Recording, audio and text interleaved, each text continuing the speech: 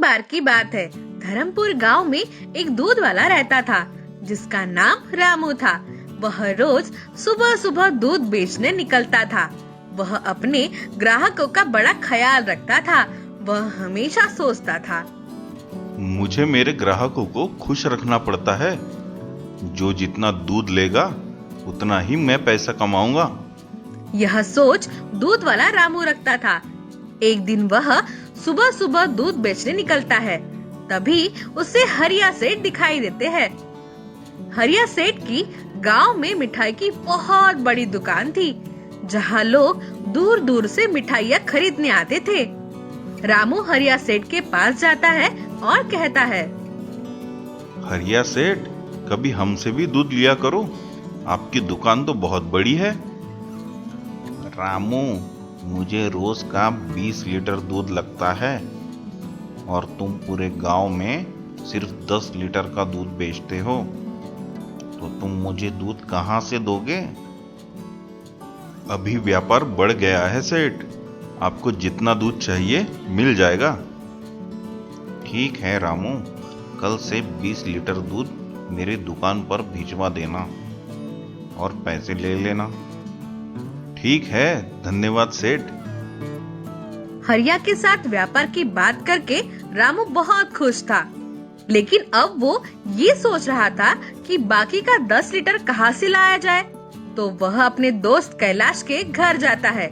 रामू को देख कैलाश कहता है, अरे रामू भाई, आज यहाँ का रास्ता कैसे भूल गए? कैलाश, तुम्हारी मदद चाहिए। बोलो रामू भाई। मुझे तुमसे रोज 10 लीटर का दूध चाहिए, क्या तुम दे पाओगे? अरे रामू भाई, आप ही का तो दूध है, जितना चाहिए उतना लेकर जाइए। ठीक है कैलाश, मैं कल सुबह 10 लीटर दूध लेने आ जाऊंगा। इस तरह रामू ने 20 लीटर दूध का इंतजाम कर लिया था। अब वो हरिया सेठ को 20 लीटर दूध देने के लिए तैयार था। अगली सुबह रामू 20 लीटर दूध लेकर हरिया सेठ की दुकान पर पहुंच जाता है। हरिया सेठ दूध लेकर रामू को पैसे देते हैं और कहते हैं, रोज ऐसा ही दूध लाना रामू, ठीक है? हाँ सेठ जी। रामू इतने सारे पैसे देखकर खुश हो जाता है, क्योंकि इतने पैसे उसने कभी नहीं कमाए थे। रामू कैलाश के घर आता है और कहता है, ये लो भाई कैलाश, तुम्हारे दूध के पैसे। ठीक है भाई। रामू कैलाश के घर से निराश होकर निकलता है, क्योंकि उसके पास अब ज्यादा पैसे नहीं थे। रामू रोज हरिया सेठ की दुकान पर दूध दिया करता और पैसे कैलाश को भी दिया करता। एक दिन हरिया सेठ रामू से कहता है, रामू, कल से 25 लीटर दूध छोड़ दिया करो। ठीक है सेठ।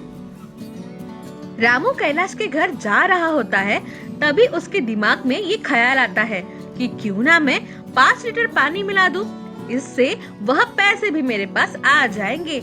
रामू अगली सुबह 25 लीटर दूध हरिया सेठ की दुकान पर छोड़ देता है और वो पैसे लेकर चला जाता है। रामू बहुत खुश होता है। अगले दिन हरिया सेठ की दुकान पर उनका मित्र आता है। हरिया सेठ उसे मिठाई खिलाते हैं।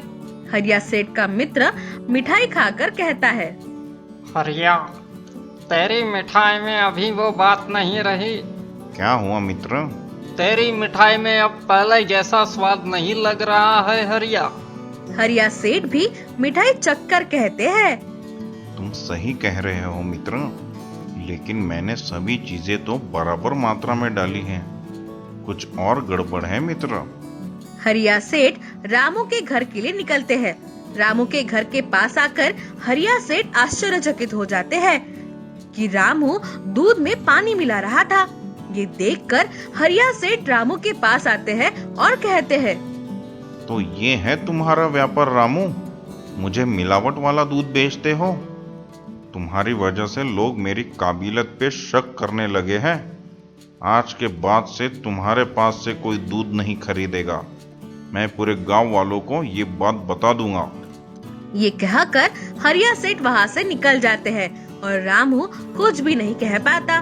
अगले दिन रामू गांव में दूध बेचने निकलता है। दीदी दूध चाहिए?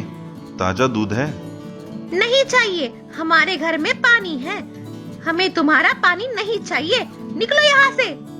ज्यादा पैसे कमाने की लालच ने रामू का व्यापार और इज्जत दोनों छीन लिया गया। लालच एक बुरी बला है। तो दोस्तों, आपको ये कहानी कैसी लगी, ये हमें कमेंट बॉक्स में कमेंट करके जरूर बताएं। और हाँ, हमारे चैनल को लाइक, शेयर और सब्सक्राइब करना ना भूले। तो चलिए दोस्तों, अगली बार फिर मिलते हैं एक और नई कहानी के साथ। तब तक के लिए गुड बाय।